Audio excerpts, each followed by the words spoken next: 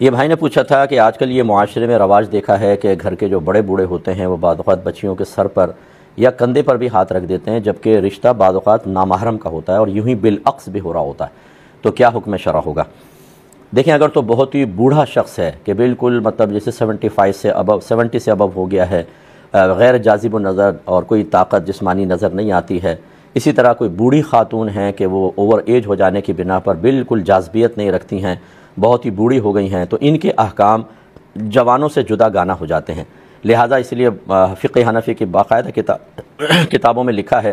کہ بوڑھی عورت سے مصافحہ تک کرنا جائز ہے اگر کوئی کرتا ہے تو اس لیے یہ اگر کسی کے سر پہ ہاتھ رکھتے ہیں، جو عموماً گھر کی بچیوں پر ہی رکھتے ہوں گے، اور یا کندھے پہ ہاتھ رکھ دیا کسی کو، بچی کو شاباش وغیرہ دیتے ہوئے، جیسے ملنے آتی ہیں تو ہاتھ رکھ دیا، تو اور اسی طرح خاتون نے کسی کے بچے کے ہاتھ پہ ہاتھ رکھ دیا تو گنجائش نکلے گی۔ لیکن اگر یہ اس سے کم عمر کے ہیں، جس کو ادھیڑ عمری کی عمر کہتے ہیں، بڑھاپا نہیں کہتے ہیں، 50 وغیرہ 50 پلس بھی ہو جائیں تو بعض اوقات اچھا ینگ آدمی نظر آتا ہے، تو ان کے لیے شرعی احکام بالکل ویسے ہی ہوں گے کہ یہ تو جیسے مرد ہے تو نامحرم عورت کو دیکھ بھی نہیں سکتا، چاہے جائے کہ اس کو چھوئے یا کندھے پر ہاتھ رکھے، اس سے بالکل اجتناب واجب ہے۔ اسی طرح کوئی عورت جو ہے وہ نامحرم مرد چاہے وہ قریبی رشتہ دار کیوں نہ ہو، لیکن اگر ان سے نکاح ہو سکتا ہے شرعی لحاظ سے تو نامحرم ہے، تو ان کو بھی چھونے اور ٹچ وغیرہ کرنے یا گلے ملنے سے اجتناب کرنا لازم ہوگا۔ اس میں معاشرے کو نہیں دیکھا جائے گا، شریعت کو دیکھا جاتا ہے۔ بعض لوگ صرف مروت کے تقاضے کے تحت جو ہے وہ کہتے ہیں یار کیا کریں، مروت کبھی پوری کرنی پڑتی ہے، تو ایسا یہ یاد رکھیں کہ فرض اور واجب، اسی طرح اس کے مقابل حرام اور مکروہ تحریمی، فرض کے مقابل حرام ہے اور واجب کے مقابل مکروہ تحریمی ہے۔ اس میں اللہ تعالیٰ اور اس کے رسول کی رعایت کرنی ہوگی، مخلوق کی بالکل نہیں۔ اور اس سے نچلے درجہ جو ہوتا ہے مستحب ہوتا ہے یا مباح وغیرہ ہوتا ہے، اس میں ایسا ہو سکتا ہے کہ آپ بعض اوقات لوگوں کی مروت کی وجہ سے کوئی مستحب چھوڑ دیں، دیگر چیزیں چھوڑ دیں۔ جیسے آپ کوئی بڑے ہوٹل کے اندر کوئی مطلب بڑی گیدرنگ ہے ایسی کہ جہاں پر مختلف ایٹیکیٹس وغیرہ کا بہت خیال رکھا جاتا ہے، تو جیسے بعض اوقات کی سنت ہے کھانے کی کہ کھانا کھا لیا تو انگلیاں چاٹ لی جائیں اور برتن کو اچھی طرح صاف کر لیا جائے، لیکن ایسے مقام پر بسا اوقات جو سامنے والے ہوتے ہیں چونکہ وہ سنت سے، دین سے بالکل ناواقف ہوتے ہیں اور ان چیزوں کو بعض اوقات بہت ہی عجیب نظروں سے دیکھتے ہیں اور بہت ہی بیڈ کمنٹس اس پہ پاس کر دیتے ہیں، جس سے خود ان کی آخرت کو نقصان پہنچنے کا اندیشہ ہو۔ اسی طریقے سے ایک آدمی کا امیج کم از کم ان کی نگاہوں میں تھوڑا سا کم ہو جاتا ہے، جس کی وجہ سے کاروباری ڈیلنگز کے اندر دیگر معاملات میں خلل پڑنے کا اندیشہ ہو، تو ایسے موقع پہ اگر مستحب ترک کر دیا جائے اس کی گنجائش نکلے گی۔ تو فرض واجب حرام مکروہ تحریمی میں اللہ رسول کی رعایت درکار ہوتی ہے، اور اس سے کم درجے کی جو چیزیں ہوتی ہیں اس میں مخلوق کی مروت، مدارات اور رعایت کا لحاظ بھی رکھا جا سکتا ہے۔ تو امید ہے کہ آپ اس بات سمجھ گئے ہوں گے کہ اس مقام پہ چونکہ نامحرم کو چھونا حرام یا کم از کم دیکھنا یا دیگر چیزیں مکروہ تحریمی کے درجے میں آ جائیں، جس چیز کو دیکھنا منع ہوتا ہے، تو اس میں پھر اللہ رسول کی رعایت ہوگی، رسم و رواج کی نہیں ہوگی۔ یہ کہتے ہیں کہ اگر میت کو قبر میں اتار کر کفن کے بند نہ کھولے جائیں تو کیا حکم ہے اگر میت عورت کی ہو خاص طور پر؟ دیکھیں، چاہے عورت کی ہو چاہے مرد کی، حکم شرعی یہ ہوتا ہے کہ جو بیچ میں کا آپ نے بند باندھا اسے تھوڑا ڈھیلا کر دیجئے، اس طرح کہ اگر مردہ بیٹھتا ہے تو اس کو اذیت نہ ہو، پیروں کے کھول دیں اور اس طرح، اور ناک اور منہ کی روئی نکال دینی چاہیے، ویسے رکھنی بھی ضروری نہیں ہے لیکن بہرحال رکھی ہے تو اس کو نکال دیں، اس طرح کرنا چاہیے۔ لیکن اگر نہیں کیا تو ایسا نہیں ہے کہ کوئی اس میں مردے کو نقصان ہوگا، کوئی اس کو عذاب شروع ہو جائے گا یا وہ تکلیف میں، وہ آخرت کے معاملات ہیں۔ مردے نے اٹھ کر بیٹھنا ہے، حدیث یہ کہتی ہے کہ مردہ اٹھ کر بیٹھتا ہے جب منکر نکیر آتے ہیں اور ان کے سوالات کے وہ جوابات دیتا ہے، تو جب اٹھیں گے تو پھر اللہ تعالیٰ اس گروہوں کو کھولنے کا اہتمام اور انتظام بھی فرما دے گا، لیکن آج خود کر دیں تو زیادہ بہتر ہے۔ اسٹاک مارکیٹ وغیرہ میں انویسٹمنٹ ہم تو اس کو اکثر منع کرتے ہیں کہ اس میں تفصیل بہت زیادہ ہے، جیسے ایپ وغیرہ میں آپ کرتے ہیں، اس میں تو بسا اوقات پیچھے کچھ ہوتا بھی نہیں ہے، ایسے ایپس لانچ کر دیتے ہیں اور وہ آپ پیسہ انویسٹ کر دیتے ہیں اور بعد میں لے کے بھاگ جاتے ہیں، تو غرر کے امکانات بہت زیادہ ہیں۔ پھر اگر آپ باقاعدہ ایسی جگہ پر انویسٹمنٹ کرتے ہیں کہ جہاں یہ ایپ وغیرہ کا معاملہ نہیں، ڈائریکٹ کسی ایجنٹ کو کرتے ہیں، تو بعض ایسی کمپنیز ہوتی ہیں جن کا وجود ہی نہیں ہوتا، اس کے شیئرز بک رہے ہوتے ہیں، یہ غلط ہوتا ہے۔ اسی طریقے سے بعض آپ شیئرز جب خریدتے ہیں تو ایسی کمپنیز نے لون لیے ہوتے ہیں بینکوں سے اور سودی معاملات بکثرت کیے ہوتے ہیں، ناجائز معاملات کیے ہوتے ہیں۔ جیسے آپ شیئرز وغیرہ خریدتے ہیں تو جتنے ناجائز معاملہ ہوتا ہے، آپ چونکہ شیئر ہولڈر ہو گئے، آپ ایک پارٹنر کی حیثیت اختیار کر گئے، ان سارے معاہدات میں آپ بھی شامل سمجھے جائیں گے۔ تو اس کی بعض علماء نے بعض صورتوں میں جوازی صورتیں میں ذکر کی ہیں، لیکن خطرے سے خالی کچھ بھی نہیں ہے، اس لیے ہم تو مطلقاً منع ہی کرتے ہیں کہ آپ انویسٹمنٹ نہ کریں۔ لیکن اگر کوئی اچھے عالم ہیں، مستند مفتی صاحب ہیں، وہ یہاں یا باہر کے ملکوں میں آپ کو انویسٹمنٹ کی پرمیشن دے دیں تو پھر آپ کر لیں، ورنہ اجتناب کرنا بہتر ہوتا ہے۔ ایک انہوں نے فرمایا کہ اگر دانے سے خون نکل آئے لیکن تھوڑا سا پھیلا سا نظر آئے لیکن بہے نہیں، تو کیا اس سے وضو ٹوٹ جائے گا کہ نہیں؟ دیکھیں، فقہ حنفی کی روشنی میں جسم سے کہیں بھی خون یا پیپ نکلا اور کم از کم اتنی مقدار میں کہ اگر آپ اس کو صاف نہ کریں، نہ روکیں، تو وہ بہہ جائے، اور اس ایسی جگہ پہ وہ بہا ہے کہ جس کا وضو یا غسل میں دھونا بھی لازم ہو، فرض ہو، تو وضو توڑ دے گا۔ مثال کے طور پہ اب کان کے اندر پانی ڈالنا تو کوئی فرض نہیں ہے، نہ وضو میں نہ غسل میں۔ اب باب وضو ہیں، کان کے اندر کوئی دانہ پھوٹ گیا، جب تک وہ بلڈ باہر نہیں آئے گا وضو قائم رہے گا۔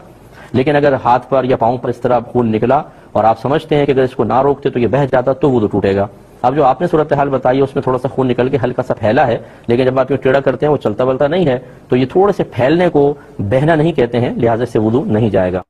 کسی نے کہا کہ چمڑے کی جیکٹ پہننا اور اس میں نماز پڑھنا کیسا ہے،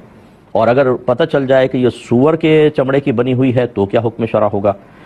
دیکھیں، سور کی ہو تو پھر تو کوئی اس میں رعایت نہیں مل سکتی ہے کہ سور کا ایک ایک جز حرام ہے، ناپاک ہے، تو اس میں اگر آپ نے پہن کے نماز پڑھ لی اور بعد میں پتہ چلا یہ نماز نہیں ہوئی، دوبارہ اس کو پڑھنا ہوگا۔ باقی کسی بھی جانور کی، چاہے شیر کی ہو، چیتے کی کھال ہو، مگرمچھ کی ہو، فرض کر لیں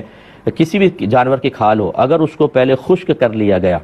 یعنی کھال اتار کر اس کی تری وغیرہ بالکل ختم کر دی گئی، اس کو شرعی اصطلاح میں کھال کو پکا لینا کہتے ہیں، دباغت کا عمل کہلاتا ہے۔ عربک میں لفظ دباغت استعمال ہوتا ہے کہ ایسا کوئی بھی طریقہ اختیار کرنا جس سے تمام تر رطوبت نکل جائے، اس کی وہ مطلب بدبو وغیرہ خارج ہو جائے، جیسے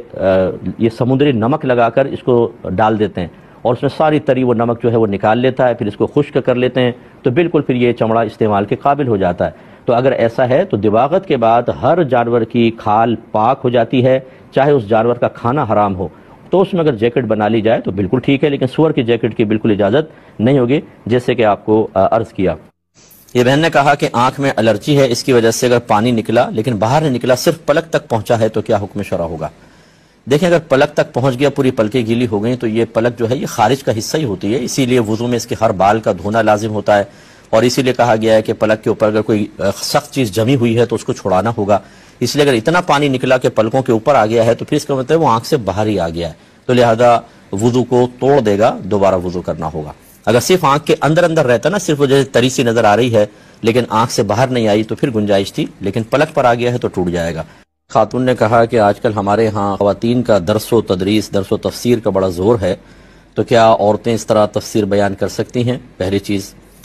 تو اس کا جواب یہ ہے کہ اگر تو وہ اپنے پاس سے کچھ نہیں کہتی، اگر پہلے یہ کر لیں کہ عالمہ ہیں اور باقاعدہ انہوں نے تفسیر پڑھی ہوئی ہے تو پھر تو بالکل کر سکتی ہیں، اور اگر غیر عالمہ ہیں اور اپنے پاس سے کوئی تشریح توضیح بیان نہیں کرتی، جیسا علماء کی تفسیر لکھی ہے ویسے ہی بیان کر دیں تو بھی اس کی گنجائش نکلے گی۔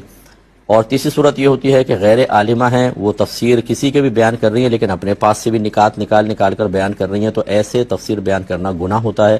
اور ان کی تفسیر بیان کروانا، گھر میں درس رکھنا بھی منع ہوگا، اور ہرگز نہ سنیں، کیونکہ کوئی غیر عالم اپنے پاس سے قرآن میں کچھ کہے تو بہت زیادہ غلطی کے امکانات ہیں، اور یہ شرعی لحاظ سے ممنوع ہوتا ہے۔ کہ نظر آنے والی نجاست اگر کہیں لگی ہو تو کہتے ہیں 3 بار کپڑے سے اس کو یا کسی چیز سے پونچھ دیں، صاف کر دیں تو وہ پاک ہو جاتی ہے۔ جیسے یہ بالکل چکنی سطح ہے اس پہ نجاست گرے گی تو چونکہ مسام نہیں ہے، یہ جذب نہیں کرے گی نجاست کو، تو اس کو پاک کرنے کا طریقہ ایک تو پانی بہا دیں، اور یہ دوسرا طریقہ یہ ہے کہ کوئی ٹیشو وغیرہ لے کر ایک دفعہ اس کو صاف کریں، پھینک دیں، پھر دوبارہ دوسرے ٹیشو سے، تیسرے ٹیشو سے، حتیٰ کہ جب نجاست کی اسمیل اور رنگت وغیرہ بالکل نظر نہیں آ رہی تو اس کو پاک مانا جائے گا۔ وہ کہتی ہیں تو نظر آنے والی نجاست کے بارے میں ہے، جو نظر نہ آئے اس کے بارے میں کیا حکم ہوگا؟ تو یہ میں ان سے کویسچن کرنے لگا تھا کہ نظر نہ آنے کا کیا مطلب ہے، یہ مجھے سمجھ میں نہیں آیا۔ اگر تو یہ کہہ رہی ہیں کہ نجاست تو کہیں گری ہے یہاں پر، لیکن کس مقام پر ہے یہ پتہ نہیں، جیسے بچے نے پیشاب کیا اور چھینٹیں ادھر بھی آ کے گر گئی مثلا ٹیبل پہ اور اس کی سطح بالکل چکنی ہے، اب وہ کہاں ہے یہ پتہ نہیں، تو کیا حکم شرع ہوگا؟ اگر یہ کہنے کا مقصد ہے تو پھر یہ اس میں حکم یہ ہوگا کہ آپ پوری کو ایک دفعہ جیسے کپڑا کریں، تھوڑا سا یوں پورے کے اوپر اس کو پھیر کے ہٹا دیں، پھر اس کو دھو لیں، اس کو پھر دوبارہ اس کو شروع سے لائیں اور آخر تک بالکل اس طرح اسٹریٹ لے جائیں، پھر تیسری مرتبہ ایسا کریں تو یہ پاک کہلائے گی، کیونکہ نظر نہیں آ رہی، بس 3 دفعہ اس کو گویا کہ پھیر دیں، اس پہ گیلا کپڑا 1 مرتبہ 2 مرتبہ 3 مرتبہ، لیکن ایسے کہ اس ایک کنارے سے شروع کریں، دونوں طرف پکڑ لیں اور یوں پورا لا کر ادھر، اسی طرح پھر دوسری مرتبہ، پھر تیسری مرتبہ، لیکن ہر مرتبہ کپڑے کو درمیان میں دھو لیں یا دوسرا کپڑا یوز کریں، اسی کو نہیں کر لیجیے گا، وہ تو پہلی ناپاک ہے، پھر وہ دوبارہ ناپاک کر دے گا سب کو، یہ ضروری ہے۔ ایک ہم سے کویسچن یہ بھی ہوا کہ اگر کوئی نماز پڑھنا بھول گیا حتیٰ کہ نماز کا وقت نکل گیا تو کیا وہ گناہگار ہوگا؟ دیکھیں مسئلہ یہ ہے کہ بھولنا دو طرح ہوتا ہے. ایک یہ ہوتا ہے کہ کوئی اچھا آپ کام کر رہے تھے، اس میں آپ مشغول ہوئے اور آپ بھول گئے. مثال کے طور پہ آپ پڑھ رہے تھے، آپ کو اپنے گھر کا کام کر رہے تھے، مہمان گھر میں آ گئے تھے، توجہ نہ رہی، اور یہ زندگی کا کوئی ایک آدھ دفعہ واقعہ ہے تو انشاءاللہ اللہ کی رحمت سے امید ہے وہ گناہگار نہیں ہوگا. پھر بھی احتیاطاً توبہ کرے اور قضا نماز ادا کرے. اور اگر مشغولیت اس قسم کی تھی کہ آوارہگرد دوستوں کے ساتھ بیٹھے ہوئے تھے، کرکٹ کے میچ دیکھ رہے تھے، فضولیات میں کسی اور میں لگے ہوئے تھے، اس وجہ سے نماز بھول گئی، تو پھر شدید قابل گرفت ہے کہ انہوں نے توجہ کیوں نہیں کی. اس پر کامل توبہ کریں اور آئندہ کے لیے اس قسم کے معاملات سے اجتناب کریں.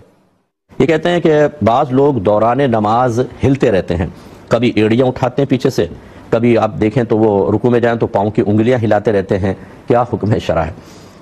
دیکھیں پہلی بات تو یہ کہ بغیر ضرورت کے اس طرح کی ایکٹیویٹیز کرنا مناسب نہیں ہوتا، کیونکہ انسان اللہ تعالیٰ کی بارگاہ میں حاضر ہے اور اس وقت دل میں انتہائی درجے کا خوف اور آخرت کی طرف توجہ اور دنیاوی امور سے بالکل اپنے آپ کو ہٹا لیا جائے. اور جب دل میں خشوع و خضوع ہوگا، پوری توجہ ہوگی، تو ظاہری اعضاء پر اس کا اثر نمایاں ہونا چاہیے. نبی کریم صلی اللہ علیہ وسلم نے ایک شخص کو حالت نماز میں اپنی داڑھی سے کھیلتے ہوئے دیکھا. سرکار نے ارشاد فرمایا کہ اگر اس کے دل میں خشوع ہوتا تو اس کے اعضاء بھی خشوع پذیر ہوتے. یعنی مطلوب شرع یہ ہے کہ آپ دل میں خوف خدا رکھ کے نماز پڑھیں اور آپ کے تمام اعضاء سے ظاہر ہو کہ آپ کس اللہ کی بارگاہ میں، کس حاکم مطلق کی بارگاہ میں حاضر ہیں، وہ آپ کے ظاہر سے بھی پتہ ہونا چاہیے. لیکن بعض اوقات ایسا ہوتا ہے کہ انسان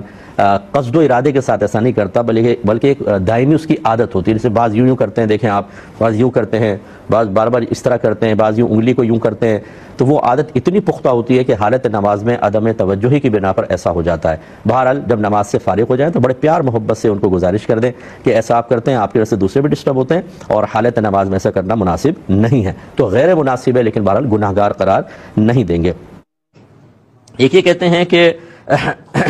بعض اوقات جب کہ ہمارے خاندان میں، بلکہ عام طور پر بھی یہ ہے کہ کسی کا انتقال ہوتا ہے مرد کا، تو اس کو نہلا دھلا کر پھر اس کو نامحرم عورتوں کے درمیان بھی لایا جاتا ہے اور عورتیں اس کو دیکھتی ہیں. جیسے میت کو نہلا کے لاتے ہیں، آخری دیدار کروا کے پھر جنازہ گاہ کی طرف لے جاتے ہیں، تو ان کو پوچھنا یہ ہے کہ نامحرم عورتوں کا اس طرح مرد کو دیکھنا کیا شرعی حیثیت رکھتا ہے؟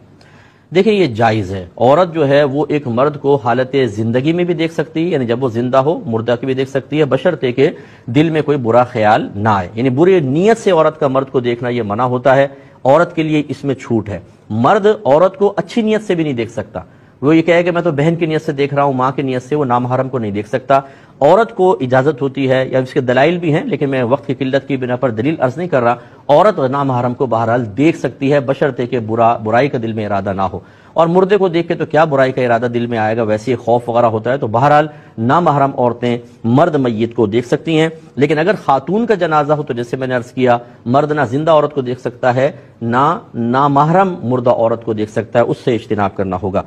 نے پوچھا ہے کہ کیا صرف صلی اللہ علیہ وسلم بھی پڑھ سکتے ہیں؟ جی بالکل پڑھ سکتے ہیں. یہ ایک مکمل درود پاک ہے اور اس پر وہ تمام جو درود پاک کی فضیلتیں ذکر کی گئی ہیں آپ کو حاصل ہوں گی. صلی اللہ کا مطلب ہے اے اللہ رحمت نازل فرمائے علیہ، نبی کریم صلی اللہ علیہ وسلم پر، وسلم اور سلامتی، یعنی آپ پر اللہ تعالیٰ سلامتی اور رحمت نازل فرمائے. لیکن اس سے زیادہ کامل درود پاک جو ہے وہ یہ ہے کہ آل رسول کو بھی اس میں شامل کیا جائے اور یوں کہا جائے صلی اللہ علیہ وآلہ وسلم، تو بہت ہی بیسٹ ہے اور زیادہ بہتر یہ ہے کہ اسی کو پڑھا جائے. یہ کہتے ہیں کہ حج سے سنائے گناہ سارے پاک ہو جاتے ہیں، معاف ہو جاتے ہیں، تو جو ہماری نمازیں قضا رہ گئی تھیں وہ بھی معاف ہو جاتی ہیں. دیکھیں ان کا گناہ معاف ہوتا ہے. اگر آپ نے روزے چھوڑے ہیں، نمازیں چھوڑی ہیں، ان کا گناہ معاف، لیکن ان کی ادائیگی لازم ہوگی. ایسے ہی جو ہم نے کسی کا قرضہ دبا لیا، وراثت دبا لی، اس کا گناہ معاف، لیکن اس کا مطلب یہ نہیں ہے کہ اب تو قرضہ بھی معاف ہو گیا کیونکہ وہاں سب کچھ معاف ہو جاتا ہے تو میں تمہیں قرضہ بھی نہیں دوں گا اور بہنوں کو وراثت بھی نہیں دوں گا. وہ تو دینی پڑے گی. تاخیر کرنے کا گناہ تھا، اس پہ اللہ کی بارگاہ میں توبہ کرنی ہوگی. ایسے اگر آپ نے زکوٰۃ ادا نہیں کی تھی، وہاں ادائیگی میں تاخیر کا گناہ معاف ہو جائے گا. لیکن یہ نہیں کہ زکوٰۃ بھی معاف ہو گئی، آپ نے کہا بس وہاں پہنچے 5 کروڑ زکوٰۃ تھی اب تو وہ معاف ہو گئی. نہیں، وہ تو ادا کرنی ہی ہوگی. یہ اچھی طرح ذہن میں رکھیں. بچی نے پوچھا ہے کہ ہم اذان سن رہے تھے لیکن کچھ کلمات پہلے نکل گئے، اب ہم نے جواب دینا درمیان سے شروع کیا تو کیا ہمیں ثواب ملے گا؟ جی ہاں بالکل، جتنے کلمات آپ ادا کریں گی ان کا ثواب تو ملے گا. اب جو پہلے والے رہ گئے ہیں، جب اذان ختم ہو جائے ان کو ایک دفعہ دہرا دیں. اللہ کی رحمت سے امید ہے کہ انشاءاللہ ان پر بھی آپ کو ثواب حاصل ہو جائے گا. کہتی ہیں اگر دیوار سے کوئی تیمم کرنا چاہتا ہے تو کیا ضروری ہے کہ ہاتھ پر مٹی لگے؟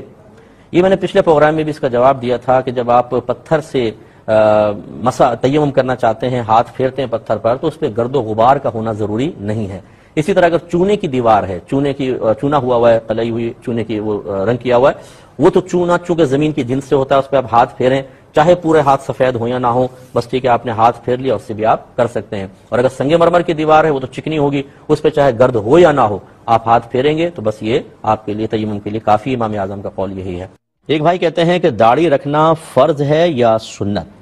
دیکھیں یہ واجب عین ہے، ہر عاقل بالغ مسلمان مرد کے اوپر داڑھی رکھنا واجب ہے۔ نبی کریم صلی اللہ علیہ وسلم نے ارشاد فرمایا داڑیاں بڑھاؤ، مونچھیں چھوٹی کرو اور یہودیوں کی سی صورت مت بنو۔ چونکہ سرکار نے اس میں جلال فرمایا ہے، سخت الفاظ بیان فرمائے ہیں، اور اس قسم کے کلام سے کم از کم وجوب ثابت ہوتا ہے۔ اور نچلے درجے پر آ جائیں بعض نے کلام کر کے، کم از کم سنت موقدہ تو ضرور ہے، اور دونوں کا معال اور نتیجہ ایک ہی ہوتا ہے کہ واجب کا ترک مکروہ تحریمی، اور سنت موقدہ کے ترک کی عادت بنا لیں گے تب بھی انسان گناہگار ہوتا ہے اور مکروہ تحریمی تک پہنچ جاتا ہے۔ اب یہ کہ اس کی مقدار کیا ہوتی ہے، مقدار میرے آقا صلی اللہ علیہ وسلم نے بیان نہیں فرمائی۔ قرآن کا کوئی بھی ایسا حکم یا حدیث میں موجود کوئی بھی حکم اگر اس میں کسی چیز کی وضاحت نہ ہو تو اس کو مجمل کہتے ہیں، اور مجمل کے لیے ایک بیان چاہیے ہوتا ہے، یعنی بیان اس چیز کو کہتے ہیں جو اس مجمل کے اجمال کو ختم کر دے، اس میں جو اخفا ہے، جو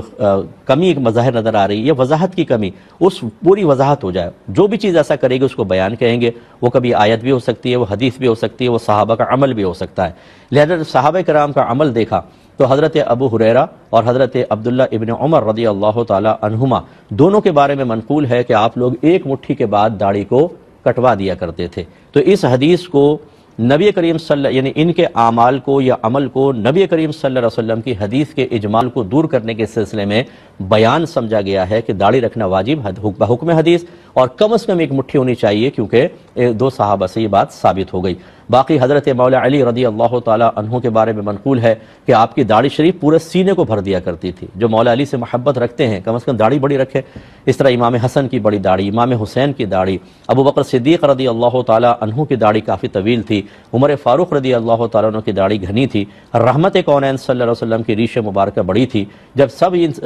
منقول ہیں تو انہی کا اعتبار کرنا چاہیے، اور ہماری اس امت کے جمہور علماء اسی پر ہیں کہ داڑھی بڑھانا واجب ہے یا کم از کم سنت موقدہ، بعض نے اگر اختلاف کیا تو سنت موقدہ، تو داڑھی رکھنی چاہیے۔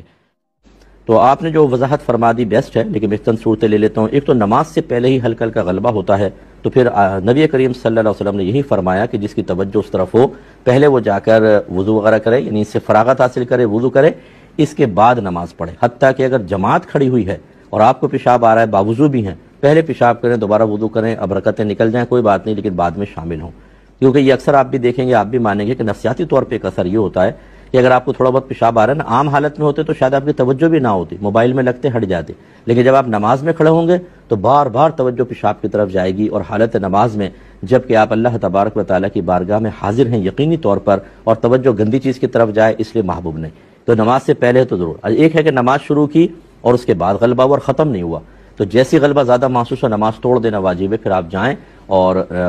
وضو کریں، دوبارہ نماز پڑھیں۔ ہاں اس میں ایک صورت ہو سکتی ہے کہ آخری ٹائم میں آنکھ کھلی جیسے فجر کی، اور پیشاب نہیں کر سکتے کیونکہ ٹائم بڑا کم ہے اور نماز قضا ہو جائے گی، ایسی صورت میں آپ نماز ادا کریں، اور چونکہ یہ اس طرح غلبے کے ساتھ ہوئی ہے بعد میں واجب العیادہ ہوگی۔ اور تیسری وہ آپ نے صورت بتائی کہ مسلسل غلبہ نہیں، ایک توجہ گئی اس طرف، پھر وہ نارمل حالت ہو گئی، اس میں آپ کی نماز ہو جائے گی، اگرچہ افضل یہ تھا کہ آپ توڑ دیتے، لیکن اگر نہیں کیا تو ہو گئی اور اس کو لوٹانے کی حاجت بھی نہیں ہے۔